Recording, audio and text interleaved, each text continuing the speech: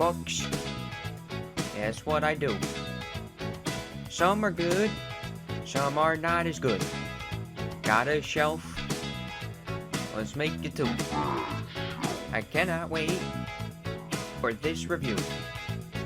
Now, Flynt Flossy's my favorite rapper, but he's also a pretty good author. Turn Life's Lemons into Milkshakes is an autobiography / self-help book similar to a book I previously reviewed, but it's not as bad. It's less than half the length of How to Be a Boss, and it's possibly more humble and down-to-earth than anything Lily Singh will ever write. Of course, Lily Singh keeps it PG to appeal to the lowest common denominator, so it's not as real as Flossy's writing. So, therefore, you're not gonna get quotes like, "This coochie crook stole my girl, and I was pissed." And, apparently, calling me on speakerphone was a good way to get coochie points. Yeah, how the heck is this going to help me? There ain't nothing about getting coochie points in here. Get this book out of here. So how did I find out about Flynt Flossy and ultimately this book? Well, flashback to 2016. I was in one of my classes at the time, and my boy Eric, shout out to Eric, showed me the viral hit, Let Me Schmang It. Schmang it, girl. And a few other turquoise cheap bangers. And I've been on board ever since. On the Turquoise Cheap Music channel, you got classic hits such as the aforementioned Let Me Schmang It, alongside,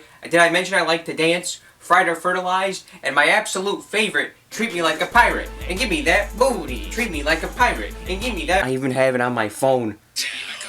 And give me that booty, and treat me like a pirate, and treat me like a pirate, and treat me like a pirate. Not only that, they also have recent bangers that were dropped within the last year. You got The Cookie Baker, Fell in Love from Behind, and my favorite of the three, My Other Girlfriend. I really love the concept of it. One girlfriend's sweet, and the other one's a freak. Is she a freak? Oh no, that's my other girlfriend. It's a good channel, trust me. Just check it out for yourself. Now, the second to last upload is what brought us here. I have it as the last upload in the script, but they announced on their YouTube channel that they're going on tour. Ooh, Turn Life's Lemon into Milkshakes book, available 5/28, pre-order now. Now this was posted on May 24th, 2019, 4 days before the actual release of the book. Now I have notifications on for the Turquoise Cheap Music channel, and I watched this on the first day it came out. And you know what I did? I slept on it. I slept on it so hard. It wasn't until a day short of 3 weeks later that I went, oh wait, that's a book. I can read this and make literary analysis review on it. So I went out to Amazon and I bought it. And you know what I think?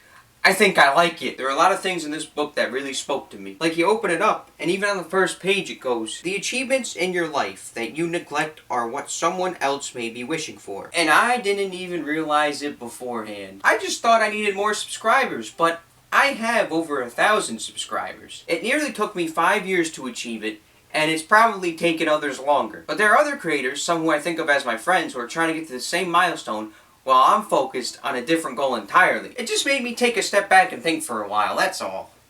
I mean, I would like more subscribers too. Another thing that made me think was Flynt Flossy's take on his vision plane, or what I would call it, I guess, the vision train, because my name's Yolo Kaboose. But what Flynt Flossy helped me realize is that it's okay for people to come and go when they're involved with your projects. Yeah, sure, you might have people who share your vision and inspire you, but you also have people who are neutral to your situation, whether you succeed or fail, and then you have others who are completely negative and just aren't worth having around. Now, I'm pretty sure that early on, I didn't have the toxic or negative type around me, but I assume that the majority of the people I had surrounding me were the neutral type. And this isn't anything against them, but they would only film videos because it was fun for them. They didn't see anything in the future for it. But who knows, that might be just how I perceived it. But it's also important to recognize the supportive type and cherish them. One last part that I could relate to is Flossy's take on toxic relationships. Flossy states, a valuable relationship is not worth losing over a mere disagreement, which can be resolved with one phone call. In the same token, be cognizant of people who constantly feel they are the victim, because unbeknownst to them, they can become the victimizer.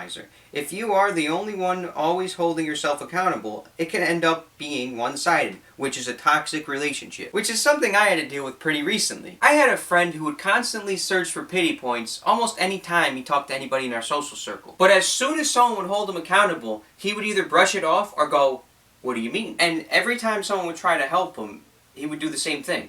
And it got so bad that everybody would just end up talking about him behind his back, So, like, really, it wasn't worth having him around anymore. Now, I'm not sure how I feel about the presentation of this book. The way that it was marketed on the YouTube video made it look huge, but when I got to Amazon, it was only 110 pages. The cover's nice, like, really nice. I especially like how each stage of Flossy's life is reflected by how he wears his sweater. Like when he's youngest, it almost looks as if it consumes him. Then at the middle part of his life, he rolls up the sleeves and takes the hood off as to say, "You won't rule over me or determine how I live." And then when he's grown up, the stage he's at right now, he wears it around his waist as if he conquered it, and it holds no bearings over him like it did when he was a child. The sweater serves him as something that reminds him of where he came from, which is something you don't see on a lot of self-help books. It's always the, "Look at me now, I'm so happy with the stage I'm at in my life" look. And I guess it's a cheap tactic to sell these types of books. You want people to get the idea that you're actually content with the current state in your life, without having to go through any hardships. I mean, at least that's what I gather. But this shows the process an individual must go through to reach their optimal form, and it summarizes the book without having to turn it over and read the synopsis. It's also a very appealing cover. My only complaint is that there's nothing placed on the spine. It might just be that the book's too thin, being 110 pages,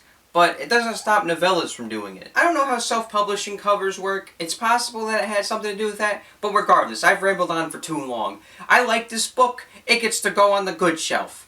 My room's pretty messy. My desk broke, so I got a new one, and the old one's over there next to the good bad shelf. So, I'm not gonna show that. It's just in the corner, like really like squished. So, good shelf. Drugs are bad. Drugs, you shouldn't do drugs. Drugs are bad. Drugs, you shouldn't do drugs.